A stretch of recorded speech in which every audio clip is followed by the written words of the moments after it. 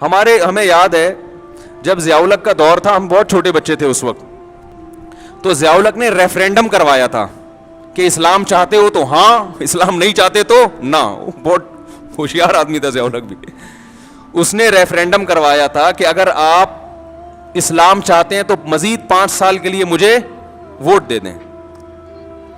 تو ہمارے خاندان میں ایک بوڑھی خاتون ہیں, اب تو بوڑھی ہو گئی, اس وقت تو اتنی بوڑھی نہیں تھی, وہ ہماری محرم رشتہ ہے ان سے, وہ نا پہ ٹھپا لگا کے آ گئیں.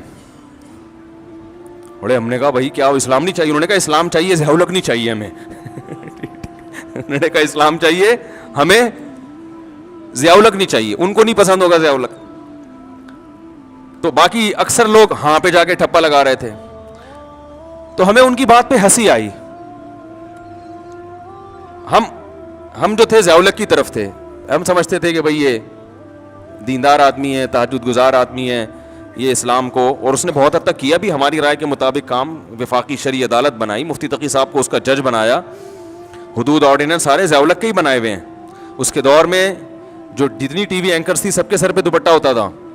بہت سارے کام اس نے کیے اور بہت سارے کر سکتا تھا, مگر لوگوں نے اس کا ساتھ نہیں دیا. لیکن اس میں بھی رائے کا اختلاف ہو سکتا ہے, کوئی کہتا ہے امریکی ایجنٹ تھا, کوئی کہتا ہے کیا ہوا. ایسا نہ ہو جو تھوڑے بہت جن کے دلوں سے میں نہیں اترا, اب ان کے دلوں سے بھی اتر جاؤں کہ آپ تو ضیاء الحق کی حمایت کر رہے ہو.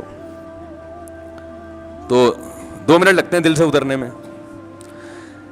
تو وہ نا پہ لگا کے آ گئیں. اب وہ ہمارے خاندان کی بڑی خواتین, ہم ان سے یہ کہتے ہیں آپ ہمارے دل سے ہمیشہ کے لیے اتر گئیں.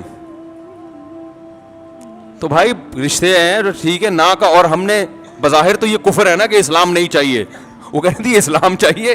یہ ضیاء الحق نے اسلام کا ان کے رائے کے مطابق لیبل لگایا ہوا ہے کہ اب اسلام تو ہر آدمی کہے گا نا ہاں, تو ہاں کا مطلب یہ کہ اگلے 5 سال کے لیے میں دوبارہ آ رہا ہوں. تو بھائی ہمارے اپنے رشتے داروں میں ہم جب بیٹھتے ہیں, کوئی جے یو آئی کی حمایت کر رہا ہوتا ہے, کوئی پی ٹی آئی کی حمایت کر رہا ہوتا ہے. اب جو خاندان کے بڑے بزرگ ہیں ہم ان سے تمیز سے احترام سے تھوڑی سی ڈیبیٹ کر لیتے ہیں, بحث کر لیتے ہیں.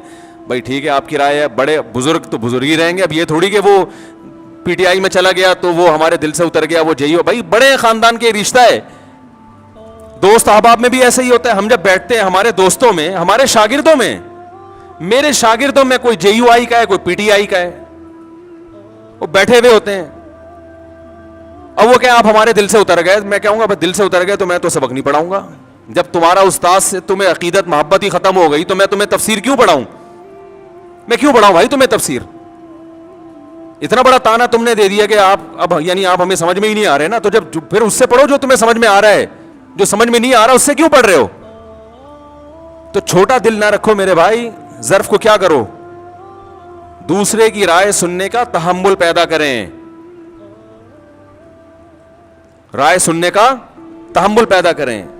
میں بہت کچھ بول سکتا ہوں ممبر پہ بیٹھ کے, بہت کچھ دلائل کے تانے بانے ملا سکتا ہوں, آپ بھی ملائیں, لیکن ہم تو ایک اصولی اور ضابطے کی بات کر کے آگے نکل جاتے ہیں کہ اصول اور ضابطے میں بھئی یہ ہم یہ کہہ رہے ہیں کہ یہ کام اچھا کیا, فلاں اگر کرے گا تو ہم اس کو بھی اپریشیٹ کریں گے, فلاں آدمی کا فلاں کام اچھا ہے, اور وہ قرآن و سنت نہیں بن جاتا, وہ ہماری رائے ہوتی ہے. تو اگر کوئی عالم پی ٹی آئی میں چلا جاتا ہے, میں کہتا ہوں کوئی عالم دین اگر پی ٹی آئی میں چلے بھی جائیں